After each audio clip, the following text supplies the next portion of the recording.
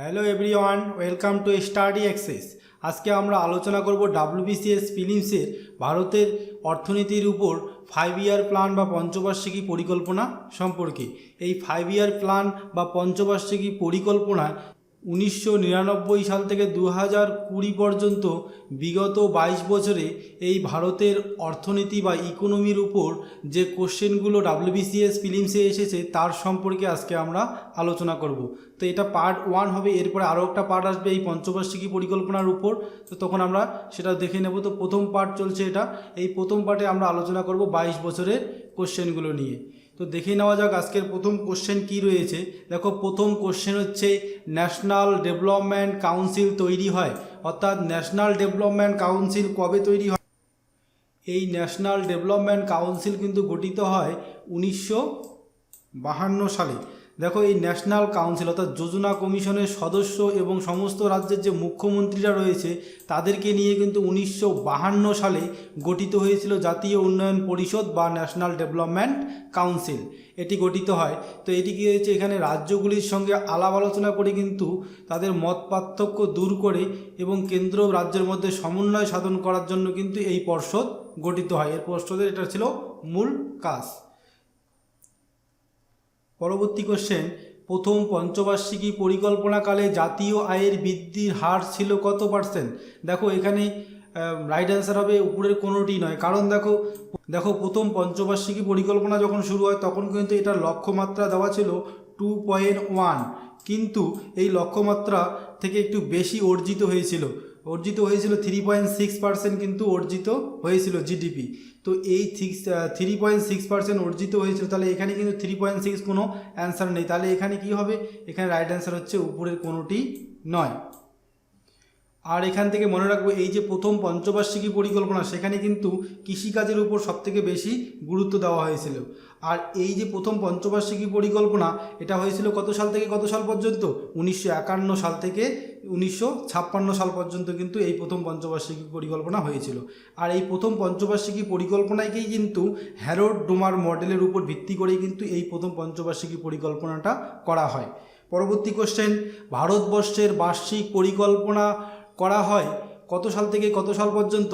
দেখো, ভারতবর্ষের বার্ষিক পরিকল্পনা করা হয় কিন্তু 1966 সাল থেকে 1969 সাল পর্যন্ত। কারণ তৃতীয় পঞ্চবার্ষিকী পরিকল্পনা যখন হয় সেই পরিকল্পনার সময় প্রবল খাদ্যাভাব বা কৃষি সংকট কিন্তু দেখা দেয়। কেন সংকট দেখা দেয়? কারণ হচ্ছে তখন চীনের সঙ্গে এবং পাকিস্তানের সঙ্গে কিন্তু যুদ্ধ বাধে। সেই যুদ্ধের ফলে প্রচণ্ড খাদ্যাভাব এবং কৃষি সংকট দেখা দিয়েছিল। তারপরে কি হয়, এই তৃতীয় পঞ্চবার্ষিকী পরিকল্পনার ব্যর্থতা যে হয়েছিল, একটা ব্যর্থ হয়েছিল কারণ হচ্ছে এই খাদ্যাভাবের জন্য এবং এই যুদ্ধের জন্য। তার জন্য কি হয়, পরে এই পরিকল্পনার অর্থাৎ তৃতীয় পঞ্চবার্ষিকী পরিকল্পনার ব্যর্থতা ঢাকার জন্যই কিন্তু পরপর 3টা বার্ষিক পরিকল্পনা করা হয়। 1966 থেকে 67, 67 থেকে 68, আর একটা হচ্ছে 68 থেকে 69। এই 3টা বার্ষিক পরিকল্পনা কিন্তু করা হয়। আর এই বার্ষিক পরিকল্পনাকালেই কিন্তু সবুজ বিপ্লব হয়েছিল। সবুজ বিপ্লব শুরু হয়েছিল 1966 থেকে 67 সালে, অর্থাৎ এই বার্ষিক পরিকল্পনাটি কিন্তু হয়েছিল 1969 সালে। অর্থাৎ এই বার্ষিক পরিকল্পনার লাস্ট সালে কিন্তু 14টি ব্যাংক কিন্তু জাতীয়করণ করা হয় একসাথে 1900। পরবর্তী কোশ্চেন দেখো, ভারতের প্ল্যানিং কমিশন সর্বপ্রথম কোন পরিকল্পনা কালে বিকেন্দ্রীকৃত পরিকল্পনা চালু করে? এখানে কিন্তু রাইট অ্যান্সার হয়ে যাচ্ছে সপ্তম পঞ্চবার্ষিকী পরিকল্পনা কালে। এই সপ্তম পঞ্চবার্ষিকী পরিকল্পনা কত সাল থেকে কত সাল পর্যন্ত চলে? এটা হচ্ছে 1 এপ্রিল 1985 থেকে 31 মার্চ 1990 সাল পর্যন্ত কিন্তু এটা চলে। আর একটা জিনিস এখান থেকে আমরা জানবো, যেটা হচ্ছে 1 এপ্রিল ধরা হচ্ছে কেন? এই 1 এপ্রিল কিন্তু ধরা হয় কারণ হচ্ছে আমাদের যে ব্যাঙ্কগুলোতেও দেখবে যে তাদের বাৎসরিক যে প্রথম মাস শুরু হয় কিন্তু এপ্রিল মাস থেকে, অর্থাৎ 1 এপ্রিল থেকেই তাদের কিন্তু বৎসরটা শুরু হয়, নতুন বৎসর ব্যাংকের হিসাবে। অর্থাৎ অর্থনীতির ক্ষেত্রে প্রথম বৎসর শুরু হয় কিন্তু এপ্রিল মাস থেকে, অর্থাৎ 1 এপ্রিল থেকে শুরু হয় এবং 31 মার্চ গিয়ে শেষ হয়। তো এই 1 এপ্রিল 1985 থেকে 31 মার্চ 1990 সাল পর্যন্ত কিন্তু এই সপ্তম পঞ্চবার্ষিকী পরিকল্পনাটা চলেছিল। আর প্রত্যেকটি ক্ষেত্রে কর্মদক্ষতা বৃদ্ধির উপর কিন্তু গুরুত্ব আরোপ করা ছিল এই সপ্তম পঞ্চবার্ষিকী পরিকল্পনায়। আর একটা মনে রাখবো, এই দরিদ্র দূরীকরণ ছিল অন্যতম লক্ষ্য এই সপ্তম পঞ্চবার্ষিকী পরিকল্পনার। আর এই সপ্তম পঞ্চবার্ষিকী পরিকল্পনায় কিন্তু সানরাইজ ইন্ডাস্ট্রি শব্দটি প্রথম ব্যবহৃত হয়। এর লক্ষ্য ছিল কি, অধিক সংখ্যক কর্মসংস্থানের সুযোগ সৃষ্টি করাই কিন্তু এর মূল লক্ষ্য ছিল। পরবর্তী কোশ্চেন দেখো, নীতি আয়োগ গঠিত হয়েছিল, অর্থাৎ নীতি আয়োগ গঠিত হয় কখন? নীতি আয়োগ গঠিত হয় কিন্তু কেন্দ্রীয় যে ক্যাবিনেট ছিল এদের সিদ্ধান্তের ফলে কিন্তু এই নীতি আয়োগ গঠিত হয়। দেখো নীতি আয়োগ কত সালে গঠিত হয়? 2015 সালে 1 জানুয়ারি এই সংস্থাটি পরিকল্পনা কমিশনের অনুকরণ করে, অর্থাৎ পরিকল্পনা কমিশন যে রয়েছে তাকে অনুকরণ করেই কিন্তু 2015 সালের 1 জানুয়ারি কিন্তু কেন্দ্রীয় ক্যাবিনেটের সিদ্ধান্ত ক্রমে এটি গঠিত হয় নীতি আয়োগ। আর এই নীতি আয়োগের ফুল ফর্ম কি? নীতি আয়োগটা ছিল কি এন, তারপরে হচ্ছে আই, তারপরে হচ্ছে টি আই, অর্থাৎ নীতি। এই যে নীতি রয়েছে, নীতি আয়োগের ফুল ফর্ম কি? এই নীতি আয়োগের ফুল ফর্ম হচ্ছে, এই নীতি আয়োগের ফুল ফর্ম কিন্তু national institution for transforming India. এটার মূলত কি হয়, ভারত সরকারের থিঙ্ক ট্যাঙ্ক হিসাবে কিন্তু এই নীতি আয়োগ কাজ করে, ভারত সরকারের থিঙ্ক ট্যাঙ্ক হিসাবে। পরবর্তী কোশ্চেন, পাবলিক অ্যাডমিনিস্ট্রেশনের জন্য ব্যয় বিভাগ পড়ে কোন আওতায়? এটা হচ্ছে পরিকল্পনা বহির্ভূত খাতে কিন্তু এটা পড়ে, পাবলিক অ্যাডমিনিস্ট্রেশন। পরবর্তী কোশ্চেন দেখো, নীতি আয়োগের গভর্নিং কাউন্সিলের দ্বিতীয় সভা। দেখো নীতি আয়োগের গভর্নিং কাউন্সিলের দ্বিতীয় সভায় কিন্তু স্টেট ইউনিটস সকল উন্নয়নমূলক প্রচেষ্টায় আলোকপাত করে এবং দরিদ্র দূরীকরণ, এই দুটো ক্ষেত্রে কিন্তু আলোকপাত করে। তাহলে এখানে রাইট অ্যান্সার হয়ে যাচ্ছে কি অপশন ডি, অর্থাৎ এ ও বি উভয়ই। এখানেই কিন্তু রাইট অ্যান্সার হয়ে যাচ্ছে অপশন ডি। অর্থাৎ এই যে পরিকল্পনা কমিশন যে রয়েছে, এই পরিকল্পনা কমিশনে কিন্তু রাজ্যের যে মতামত ছিল তার উপর গুরুত্ব কিন্তু কম ছিল বলে মনে করা হয় আর কি। এরপরে যে নীতি আয়োগ করা হয়, নীতি আয়োগে আশা করা হচ্ছিল যে রাজ্যগুলি যাতে আরও তারা তাদের নিজেদের অধিকার, অর্থাৎ নিজেদের ক্ষমতা ভোগ করতে পারবে, তারা নিজেদের অধিকারটা ফিরে পাবে, এটাই বলা হচ্ছিল এই নীতি আয়োগে। তাহলে রাজ্যের কি, রাজ্যের ক্ষমতাটা ফিরে পাচ্ছে এরা, তার জন্য বলেছে স্টেট ইউনিটসের সকল উন্নয়নমূলক প্রচেষ্টায় আলোকপাত হবে এই নীতি আয়োগের মাধ্যমে, এটাই কিন্তু বলা হয়। আর দরিদ্র দূরীকরণের উপর তো গুরুত্ব দেওয়াই হয়, তাহলে এখানে রাইট অ্যান্সার হয়ে যাচ্ছে অপশন ডি। পরবর্তী কোশ্চেন দেখো, ভারতের অর্থনৈতিক সংস্কার নীতিগুলি প্রথমবার আনুষ্ঠানিকভাবে উপস্থাপিত হয়, অর্থাৎ এই যে ভারতের অর্থনৈতিক সংস্কারের নীতিগুলি ছিল সেগুলো প্রথমবার আনুষ্ঠানিকভাবে উপস্থাপিত হয়েছিল কত সালে? সেটা হচ্ছে জুলাই মাসে 1991 সালে, কিন্তু 1991 সালের জুলাই মাসে এটা প্রথম হয়। আর দেখো রয়েছে যে সপ্তম পঞ্চবার্ষিকী পরিকল্পনা যখন শেষ হয় তারপর কি হয়, অষ্টম পঞ্চবার্ষিকী পরিকল্পনা সঠিক সময়ে গ্রহণ করা যায়নি। কেন? তার কারণ হচ্ছে তখন 1990 থেকে 1992 সাল পর্যন্ত দেশে আর্থিক, দেখো এই সময় কিন্তু কী হয়েছিল, এই সময় কিন্তু দেশের আর্থিক এবং রাজনৈতিক অবস্থা কী হয়েছিল, অস্থির হয়ে উঠেছিল। তার ফলে কিন্তু তখন আমাদের পঞ্চবার্ষিকী পরিকল্পনা, অর্থাৎ অষ্টম পঞ্চবার্ষিকী পরিকল্পনা কিন্তু তখন গড়ে তোলা সম্ভব হয়ে ওঠেনি। ফলে কি হয়েছিল, ফলে এই পরিকল্পনা গৃহীত হয়নি, একে প্ল্যান হলিডে বলা হয়। এই সময় কি হয়, প্ল্যান হলিডে হয়েছিল 1990 থেকে 1992 সাল পর্যন্ত। তখন কি হয়েছে, এই 2 বছর কিন্তু বাৎসরিক একটা প্ল্যান করা হয়েছিল, তাই এইটাকে বলা হচ্ছে প্ল্যান হলিডে। তখন কোনো পরিকল্পনা করা হয়নি, পঞ্চবার্ষিকী পরিকল্পনা কোনো হয়নি 1990 থেকে 1992 সাল পর্যন্ত। পরবর্তী কোশ্চেন দেখো, গরিবি হাটাও স্লোগানটি প্রথম দিয়েছিলেন কে? এখানে রাইট অ্যান্সার হয়ে যাচ্ছে ইন্দিরা গান্ধী প্রথম এই গরিবি হাটাও স্লোগানটি দিয়েছিল। দেখো এই যে পঞ্চবার্ষিকী পরিকল্পনা যখন চলছিল তখনই কিন্তু এই স্লোগানটা উঠেছিল। পঞ্চম পঞ্চবার্ষিকী পরিকল্পনা চলেছিল 1974 থেকে 1969 সালে। এই সময় কী হয়েছিল, এই পরিকল্পনাকালে প্রধান দুটি উদ্দেশ্য ছিল কিন্তু, একটা ছিল দরিদ্র দূরীকরণ, আর এই দরিদ্র দূরীকরণের জন্যই কিন্তু ইন্দিরা গান্ধী বলেছিল যে গরিবি হাটাও। আমাদের মাননীয় তৎকালীন প্রধানমন্ত্রী ইন্দিরা গান্ধী কিন্তু বলেছিল যে দরিদ্র দূরীকরণের জন্যই কিন্তু বলেছিল যে গরিবি হাটাও, এবং স্বনির্ভরশীলতা অর্জনও ছিল এর প্রধান লক্ষ্য। এই দুটো লক্ষ্য ছিল, একটা দরিদ্র দূরীকরণ আর একটা হচ্ছে স্বনির্ভরশীলতা অর্জন, এটি ছিল মূল লক্ষ্য। আর এই যে পরিকল্পনা করা হয়েছিল এর মূল রূপকার ছিল কিন্তু ডিডি ধর, অর্থাৎ পঞ্চম পঞ্চবার্ষিকী পরিকল্পনার মূল রূপকার হচ্ছে ডিডি ধর। পরবর্তী কোশ্চেন দেখো, ভারতের দ্বিতীয় পঞ্চবার্ষিকী পরিকল্পনাটি ছিল কিসের উপর? মহলানবিশ তত্ত্ব নির্ভর ছিল এটি, অর্থাৎ মহলানবিশ তত্ত্বের উপর নির্ভর করে কিন্তু দ্বিতীয় পঞ্চবার্ষিকী পরিকল্পনা গ্রহণ করা হয়েছিল। এটা গ্রহণ করা হয়েছিল 1956 থেকে 1961 সাল পর্যন্ত এই পঞ্চবার্ষিকী পরিকল্পনা করা হয়েছিল। ইন্ডিয়ান স্ট্যাটিস্টিক্যাল যে ইনস্টিটিউটের কিন্তু ডিরেক্টর ছিল তোমার প্রশান্ত চন্দ্র মহলানবিশ, বা মহলানবিশ যাকে বলা হয় আর কি, এনার ফুল নাম হচ্ছে প্রশান্ত চন্দ্র মহলানবিশ। ইনি ছিল কিন্তু এই আমাদের ইউনিয়ন তোমার স্ট্যাটিস্টিক্যাল ইনস্টিটিউট ইনস্টিটিউটের ডিরেক্টর। আর একে কিন্তু স্ট্যাটিস্টিক্যাল অর্থাৎ যে আমাদের রাশিতত্ত্ব রয়েছে সেই রাশিতত্ত্বের কিন্তু জনক বলা হয় আমাদের মহলানবিশকে। আর এখান থেকে মনে রাখবো যে এই যে প্রশান্তচন্দ্র তোমার মহলানবিশের যে পরিকল্পনা ছিল 1928 সালে, তার পরিকল্পনার উপর নির্ভর করে দেখো এই দ্বিতীয় পঞ্চবার্ষিকী পরিকল্পনা কিন্তু মহলানবিশ পরিকল্পনা নামেও পরিচিত। এই মহলানবিশ পরিকল্পনা যে ছিল বা দ্বিতীয় পঞ্চবার্ষিকী পরিকল্পনা কিন্তু 1928 সালে যে তৎকালীন সোভিয়েত রাশিয়ার পরিকল্পিত এবং গৃহীত একটি পরিকল্পনা ফ্রেন্ডম্যান মডেলের অনুসরণে কিন্তু এটি রূপায়িত হয়েছিল। পরবর্তী কোশ্চেন দেখো, দামোদর ভ্যালি কর্পোরেশন হলো, দামোদর ভ্যালি কর্পোরেশন কি? দামোদর ভ্যালি কর্পোরেশন হলো ভারতের একটি কেন্দ্রীয় সরকার কেন্দ্রীয় সরকারি কিন্তু সংস্থা হচ্ছে আমাদের দামোদর ভ্যালি কর্পোরেশন। পরবর্তী কোশ্চেন, নীতি আয়োগ তৈরি হয়েছিল। নীতি আয়োগ তৈরি হয়েছিল কেন? নীতি আয়োগ কিন্তু তৈরি হয়েছিল, এখানে রাইট অ্যান্সার হয়ে যাচ্ছে ইউনিয়ন ক্যাবিনেটের প্রস্তাব পাশের দ্বারা কিন্তু এই নীতি আয়োগ তৈরি হয়েছিল। তো এই যে নীতি আয়োগ তৈরি হয়েছিল এর প্রস্তাব পাশ করা হয়, তারপরে কিন্তু এই নীতি আয়োগ করা হয়।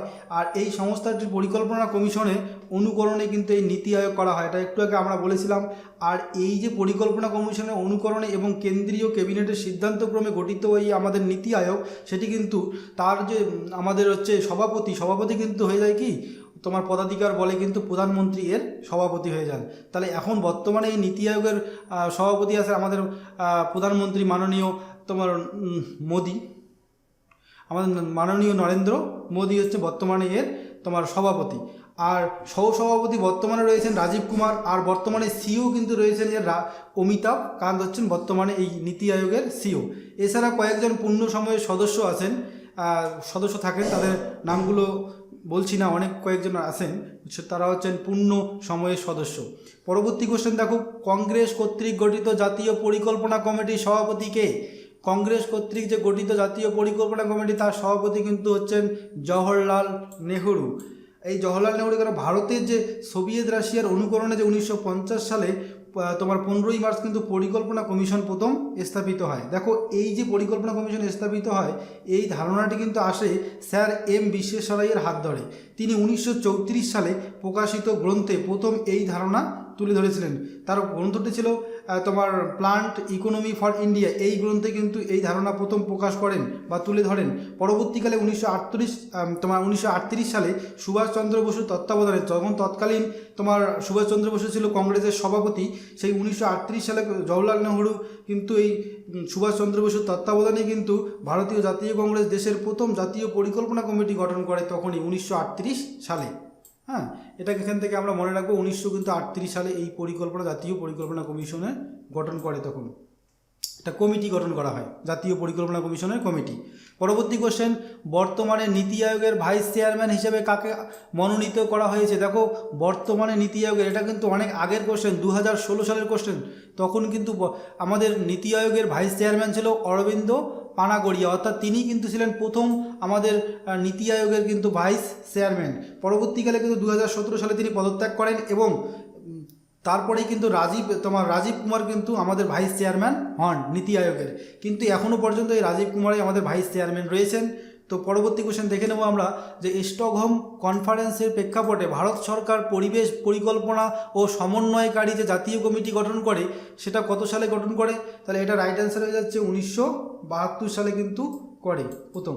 এর পরবর্তী কোশ্চেন দেখো, ভারতের প্রথম পঞ্চবার্ষিকী পরিকল্পনা শুরু হয়, অর্থাৎ ভারতের প্রথম পঞ্চবার্ষিকী পরিকল্পনা কি শুরু হয়? 1951 সালে কিন্তু প্রথম শুরু হয়, কারণ প্রথম পঞ্চবার্ষিকী পরিকল্পনা কিন্তু 1951 সাল থেকে 1956 সাল পর্যন্ত চলে এই প্রথম পঞ্চবার্ষিকী পরিকল্পনা। পরবর্তী কোশ্চেন দেখো, ভারতের বৃহৎ শিল্পায়ন শুরু হয়, অর্থাৎ ভারতের বৃহৎ শিল্পায়ন কখন থেকে শুরু হয়, কোন পঞ্চবার্ষিকী পরিকল্পনায়? এখানে দেখো রাইট অ্যান্সার হয়ে যাচ্ছে দ্বিতীয় পঞ্চবার্ষিকী পরিকল্পনায়, যেটাকে বলা হচ্ছে আমাদের মহলানবিশ তত্ত্ব বা মহলানবিশ তত্ত্বের উপর নির্ভর করে যে পঞ্চবার্ষিকী পরিকল্পনা গঠন হয়, যাকে মহলানবিশ পরিকল্পনাও বলা হয়। সেই মহলানবিশ পরিকল্পনায় কিন্তু তোমার আমাদের বৃহৎ শিল্পের উপর গুরুত্ব দেওয়া হয় এবং বৃহৎ শিল্পায়নও শুরু হয় এই সময়ে। এই সালটা কত? 1956 থেকে 1961 সাল পর্যন্ত কিন্তু এই দ্বিতীয় পঞ্চবার্ষিকী পরিকল্পনা চলে। আর এই সময়ে কিন্তু আমাদের দুর্গাপুর যে রয়েছে শিল্পটি, সেই দুর্গাপুর কিন্তু এই সময়ে কিন্তু গড়ে ওঠে। এই দুর্গাপুরে ব্রিটিশের সহায়তা এই সময় গড়ে ওঠে। আর ভিলাইয়ে গড়ে ওঠে, যেটা রাশিয়ার সহযোগিতায় ভিলাইটা। আর তারপরে রয়েছে রাউরকেল্লা, রাউরকেল্লা জার্মানির সহযোগিতায় গড়ে ওঠে। চিত্তরঞ্জন গড়ে ওঠে, তারপরে পেরাম্বুরে গড়ে ওঠে কোচ ফ্যাক্টরি একটা, সেটা গড়ে ওঠে এই সময়ই, এই তোমার দ্বিতীয় পঞ্চবার্ষিকী পরিকল্পনা কালে। পরবর্তী কোশ্চেন দেখো, কোন পরিকল্পনার সময় ভারতে পরপর দুটি যুদ্ধে লিপ্ত হয়? দেখো এটা আমরা বলেছিলাম যে তৃতীয় পঞ্চবার্ষিকী পরিকল্পনায় কিন্তু পরপর দুটি যুদ্ধে লিপ্ত হয়েছিল ভারতবর্ষ। দেখো এই যে পরপর দুটি যুদ্ধ হয়েছিল, একটা হচ্ছে 1962 সালে ভারত এবং চীনের মধ্যে যুদ্ধ হয়, এছাড়া পাকিস্তানের সাথে যুদ্ধ হয় আমাদের ভারতবর্ষে 1965 সালে। এই পরপর দুটো যুদ্ধের ফলেই তো আমাদের অর্থনৈতিক অবস্থা খুব খারাপ হয়ে যায় এবং আমাদের তৃতীয় পঞ্চবার্ষিকী পরিকল্পনা কিন্তু পুরোপুরি ফেল হয়ে যায়। আর তার ফলে কি হয়, পরবর্তীতে 3 বছর পর পর বার্ষিক পরিকল্পনা করা হয় এই অর্থনৈতিক অবস্থাটাকে চাঙ্গা করার জন্য। আর দেখো এই বার্ষিক পরিকল্পনা করা হয় অর্থনৈতিক অবস্থাটাকে চাঙ্গা করার জন্য। পরবর্তী কোশ্চেন, স্বাধীন ভারতবর্ষে প্রথমবার পরিকল্পনা থেকে বিরত সময়কাল কত? দেখুন প্রথমবার যখন স্বাধীন ভারতে পরিকল্পনা থেকে বিরত হয়, দেখো 1951 সাল থেকে 1963 সাল পর্যন্ত কিন্তু পরপর 3টা পরিকল্পনা চলতে থাকে, কিন্তু তারপর তৃতীয় পঞ্চবার্ষিকী পরিকল্পনার সময় কি ওই যুদ্ধের ফলে যে অর্থনৈতিক সংকটের ফলে কি হয়, বার্ষিক পরিকল্পনা করা হয়, তখনই কিন্তু আমাদের পঞ্চবার্ষিকী পরিকল্পনা কিন্তু বিরত থাকে। তাহলে এটা রাইট অ্যান্সার হয়ে যাচ্ছে কত, 1963 থেকে 1969 সাল পর্যন্ত কিন্তু এই পরিকল্পনা বিরত থাকে। পরবর্তী কোশ্চেন, পরিকল্পনার অর্থ সংস্থানের টাকার যোগান পায় যদি কি হয়, কর রাজস্ব বৃদ্ধি পায়, তাহলেই কিন্তু আমাদের অর্থ সংস্থানে কিন্তু টাকার যোগান বৃদ্ধি পায়। পরবর্তী কোশ্চেন দেখো, ভারতের জাতীয় যোজনা কমিশন, অর্থাৎ ভারতের যে জাতীয় যোজনা কমিশন রয়েছে সেটি কিসের? সেটি হচ্ছে কেন্দ্রীয় সরকারের একটি কিন্তু দপ্তর। এটি যে জাতীয় যোজনা কমিশন হচ্ছে একটি কেন্দ্রীয় সরকারের দপ্তর। আর এটি হচ্ছে একটি সংবিধান বহির্ভূত এবং অবিধিবদ্ধ কিন্তু সংস্থা বা প্রতিষ্ঠান, এই জাতীয় যোজনা কমিশন। পরবর্তী কোশ্চেন দেখো, জাতীয় গ্রামীণ রোজগার সুরক্ষা যোজনার কাজের অধিকার দেওয়া হয়েছে। যে জাতীয় গ্রামীণ রোজগার যোজনা কমিশন সুরক্ষা যোজনা যে রয়েছে, সেখানে কিন্তু কাজের অধিকার দেওয়া রয়েছে 100 বছর, তোমার 1 বছরে 100 দিনের কিন্তু কাজের সুযোগ দেওয়া রয়েছে বা অধিকার দেওয়া রয়েছে। পরবর্তী কোশ্চেন দেখো, মহলানবিশ প্রবর্তিত ভারতীয় পরিকল্পনা যে ক্ষেত্রে উন্নয়নের উপর জোর দেওয়া হয়েছে। দেখো আবারও বলছি, এই মহলানবিশ পরিকল্পনা কোনটা? মহলানবিশ পরিকল্পনা হচ্ছে দ্বিতীয় পঞ্চবার্ষিকী পরিকল্পনা। আর তখনই তো ভারী শিল্প এবং ভারী মূলধনী বস্তু প্রস্তুতকারক শিল্পের ক্ষেত্রে কি গুরুত্ব দেওয়া হয়েছিল সবচেয়ে বেশি। এটি হচ্ছে দ্বিতীয় পঞ্চবার্ষিকী পরিকল্পনা, যেটি 1956 থেকে 1961 সাল পর্যন্ত চলে। আর এই সময়েই কিন্তু life insurance corporation of India অর্থাৎ LIC এটি কিন্তু গঠিত হয় 1956 সালে। আর এই সময়ে কিন্তু অ্যাটমিক এনার্জি কমিশন, যেটাকে বলা হয় পারমাণবিক শক্তি কমিশন, সেই পারমাণবিক শক্তি কমিশনও কিন্তু এই সময় গঠিত হয়। আর এর প্রথম চেয়ারম্যান ছিল হোমি জাহাঙ্গীর ভাবা। 1958 সালে কিন্তু এই কমিশন প্রথম গঠিত হয়, অ্যাটমিক এনার্জি কমিশন। আর এই দামোদর সেচ প্রকল্প এবং ভাকরানাঙ্গল যে বাঁধ প্রকল্প, এই দুটি বাঁধ প্রকল্প কিন্তু এই মহলানবিশ প্রবর্তিত পরিকল্পনাকালেই কিন্তু গড়ে উঠেছিল। পরবর্তী কোশ্চেন দেখো, পঞ্চবার্ষিকী পরিকল্পনা খসড়া চূড়ান্তভাবে অনুমোদন করেন, অর্থাৎ পঞ্চবার্ষিকী পরিকল্পনা খসড়াটা যেটা রয়েছে সেটি চূড়ান্তভাবে অনুমোদন করেন কে? এখানে রাইট অ্যান্সার হয়ে যাচ্ছে জাতীয় উন্নয়ন পরিষদ। তার অনুমোদন না পেলে কিন্তু এই আমাদের পঞ্চবার্ষিকী পরিকল্পনা খসড়া কিন্তু অনুমোদন পায় না। পরবর্তী কোশ্চেন দেখো, দশম পরিকল্পনা শুরু হওয়া পর্যন্ত কতগুলি বার্ষিক পরিকল্পনা হয়েছিল? অর্থাৎ দশম পরিকল্পনা শুরু হওয়ার আগে পর্যন্ত কতগুলো বার্ষিক পরিকল্পনা হয়েছিল? দেখো এইখানে আমাদের রাইট অ্যান্সার হয়ে যাবে কিন্তু 6টি। কেন? কারণ দেখো আমাদের এই যে প্রথম পঞ্চবার্ষিকী পরিকল্পনা হওয়ার পরে পরপর 3টা পরিকল্পনা হয় তৃতীয় পর্যন্ত, অর্থাৎ তৃতীয় পরিকল্পনা যখন হয় 1966 থেকে 67 সাল পর্যন্ত। তার পরবর্তীতে সেই যুদ্ধের ফলে, আমরা বারবার বলছি, সেই যুদ্ধের ফলে কি হয়, অর্থনৈতিক সংকটের ফলে আমাদের বার্ষিক পরিকল্পনা করা হয় পরপর 3টা। তাহলে এখানে রয়ে গেলো কয়টা? 3টা। আর তার পরবর্তীতে দেখো যখন পঞ্চম পঞ্চবার্ষিকী পরিকল্পনা হয়, পঞ্চবার্ষিকী পরিকল্পনা কিন্তু করা হয়েছিল 1974 থেকে 1979 সাল পর্যন্ত। এই 1974 থেকে 1979 সাল পর্যন্ত যাওয়ার আগেই কি হয়, আমাদের ইলেকশনটা একটু এগিয়ে আসে এবং ইলেকশন হয়ে যায় 1978 সালে ইলেকশন হয়। তার ফলে কিন্তু জনতা সরকার গঠন হয়, অর্থাৎ কংগ্রেস সরকার চলে যায় 1978 সালে। তারপরে কিন্তু জনতা সরকার আসে। সেই জনতা সরকার এসে কি করে, একটা পরিকল্পনা করে, যেটা হচ্ছে 1978 থেকে 1983 সাল পর্যন্ত একটা আমাদের পরিকল্পনা করে। কিন্তু সেই পরিকল্পনা কতদিন পর্যন্ত চলেনি, তখন চলেছিল 1978 থেকে 1980 সাল, অর্থাৎ 2 বছর চলেছিল। এই 2 বছরটাকে বলা হচ্ছে দ্বিবার্ষিক পরিকল্পনা, অর্থাৎ 2 বছরের পরিকল্পনা। এইটাকে আমরা একটা পরিকল্পনা ধরতে পারি। তাহলে এই দ্বিবার্ষিক পরিকল্পনা হয়ে গেল একটা পরিকল্পনা, তাহলে হয়ে গেল 4টা। এরপরে কি হয়, সপ্তম পঞ্চবার্ষিকী পরিকল্পনা কিন্তু আমাদের এরপরে দেখো, এরপরে যখন সপ্তম পঞ্চবার্ষিকী পরিকল্পনা হয়, এই সপ্তম পঞ্চবার্ষিকী পরিকল্পনা হওয়ার পরেই কিন্তু একটা বার্ষিক পরিকল্পনা হয়, তখন কিন্তু সেটাকেই বলা হচ্ছে বার্ষিক পরিকল্পনা। হচ্ছে কেন, এই সময় কিন্তু আমাদের যে প্ল্যান অর্থাৎ আমাদের পরিকল্পনা কিন্তু হলিডে চলে, পরিকল্পনা হলিডে এই সময় চলে। আর এই সময় কিন্তু কোনো পরিকল্পনা হয় না, এখানে বার্ষিক পরিকল্পনা হয়েছিল দুটো, 1990 থেকে 92 সাল পর্যন্ত পরপর দুটো বার্ষিক পরিকল্পনা হয়, তখন হয়ে যাচ্ছে দুটো। তো টোটাল কয়টি হলো, তাহলে প্রথমে ছিল একটি, তারপরে একটি দ্বিবার্ষিক পরিকল্পনা, তারপরে হচ্ছে দুটি বার্ষিক পরিকল্পনা, তাহলে টোটাল হচ্ছে আমাদের 6টি বার্ষিক পরিকল্পনা হয়েছে ওই 10ম পরিকল্পনা শুরু হওয়ার আগ পর্যন্ত। পরবর্তী কোশ্চেন দেখে নেব। পরবর্তী কোশ্চেন দেখো, পরিকল্পনা কমিশন একটি কি? পরিকল্পনা কমিশন কিন্তু হচ্ছে একটি আধা রাজনৈতিক প্রতিষ্ঠান। এটা রাইট অ্যান্সার হয়ে যাচ্ছে, আধা রাজনৈতিক প্রতিষ্ঠান হচ্ছে এই পরিকল্পনা কমিশন। পরবর্তী কোশ্চেন দেখো, পঞ্চায়েতগুলি অর্থাৎ পঞ্চায়েতগুলি কি করে? পঞ্চায়েতগুলি কিন্তু কর, শুল্ক তোলা, তারপরে হচ্ছে ফি ধার্য আদায়, এইগুলো করতে পারে কিন্তু এই আমাদের পঞ্চায়েতগুলি।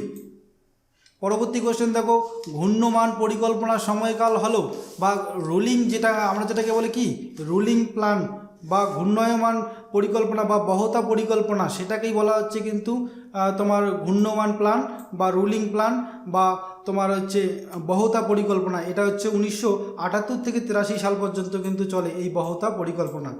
আর এটি হচ্ছে প্রথম ষষ্ঠ পরিকল্পনা, এটাকে বলা হয় প্রথম ষষ্ঠ পরিকল্পনা। কেন? কারণ হচ্ছে এটা ষষ্ঠ পরিকল্পনা হিসেবেই প্রথমে গৃহীত হলেও পরবর্তীতে এটা আর চলে না, কারণ তৎকালীন সরকার যে ছিল জনতা সরকার, সেই সরকার কিন্তু জোট সরকার কিন্তু ভেঙে যায়, তারপরে আবার কংগ্রেস সরকার গঠন হয় 1980 সালে। তারপরে কিন্তু 1980 সাল থেকে আমাদের ষষ্ঠ পরিকল্পনা আবার শুরু হয়।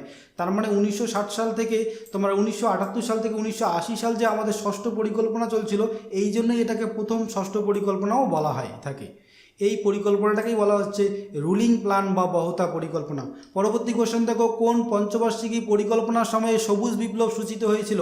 সবুজ বিপ্লব যে হয়েছিল কোন পঞ্চবার্ষিকী পরিকল্পনা হয়েছিল? এখানে দেখো রাইট অ্যান্সারের একটাও নেই, তাহলে এখানে রাইট অ্যান্সার হয়ে যাচ্ছে কি, এখানে রাইট অ্যান্সার হচ্ছে ওই যে আমাদের বাৎসরিক পরিকল্পনা চলছিল, সেই বাৎসরিক পরিকল্পনার সময়ে কিন্তু আমাদের কি হয়, এই আমাদের সবুজ বিপ্লব হয় 1966 থেকে 1967 যে প্রথম বাৎসরিক পরিকল্পনাটা ছিল, তখনই কিন্তু এই সবুজ বিপ্লব হয়েছিল। তাহলে এখানে কিন্তু রাইট অ্যান্সার একটাও নেই, তাহলে রাইট অ্যান্সার হয়ে যাচ্ছে বাৎসরিক পরিকল্পনা 1966 থেকে 67। আর এখান থেকে আমরা যেটা মনে রাখবো সেটা হচ্ছে আমাদের যে এই যে চতুর্থ পঞ্চবার্ষিকী পরিকল্পনা টিক দেওয়া রয়েছে, এই চতুর্থ পঞ্চবার্ষিকী পরিকল্পনা কিন্তু শ্বেত বিপ্লব বা অপারেশন ফ্লাড বা হোয়াইট রিভলিউশন, যেটাই বলো না কেন, এটা তিনটা নামই রয়েছে, যেমন শ্বেত বিপ্লব বা অপারেশন ফ্লাড বা হোয়াইট রিভলিউশন বলা হয় একে। এটি কিন্তু 1970 সালে এই তোমার এই চতুর্থ পঞ্চবার্ষিকী পরিকল্পনায় কিন্তু শুরু হয় প্রথম। আর এর জনক হচ্ছেন ভার্গিস কুরিয়েন, এটা এর শ্বেত বিপ্লবের কিন্তু জনক। এরপরে প্রশ্ন দেখো, কোন পঞ্চবার্ষিকী পরিকল্পনাকে মেয়াদ পূর্তির 1 বছর আগেই স্থগিত করে দেওয়া হয়েছিল?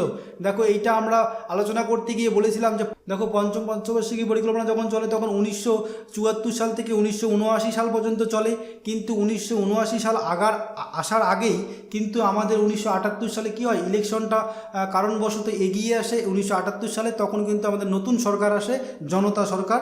সেই সরকারের জন্য কিন্তু সেই সরকার কিন্তু এই পঞ্চম পঞ্চবার্ষিকী পরিকল্পনা ভেঙে দিয়ে আমার ষষ্ঠম পঞ্চবার্ষিকী পরিকল্পনা শুরু করে। তো এখানে রাইট অ্যান্সার হয়ে যাচ্ছে কি পঞ্চম পঞ্চবার্ষিকী পরিকল্পনা। তো বন্ধুরা আজকের ভিডিও ছিল এই পর্যন্তই, 30 কোশ্চেন ছিল। আর আমরা এর পরবর্তী যে এই পঞ্চবার্ষিকী পরিকল্পনার উপর এরপরে আরও একটা পার্ট নিয়ে আসব, সেই পার্টে আমাদের পঞ্চবার্ষিকী পরিকল্পনা পুরোটাই কভার করা থাকবে। তো তোমরা পরের পার্টটাও দেখবে, দুটো পার্টেই দেখে নিলে পঞ্চবার্ষিকী পরিকল্পনার উপর আর কোনো তোমার কোশ্চেনের বাইরে থাকবে না আমি আশা করি। তো এই মধ্যেই থাকবে পঞ্চবার্ষিকী পরিকল্পনার উপর কোশ্চেনগুলো। তো থ্যাংক ইউ ফর ওয়াচিং।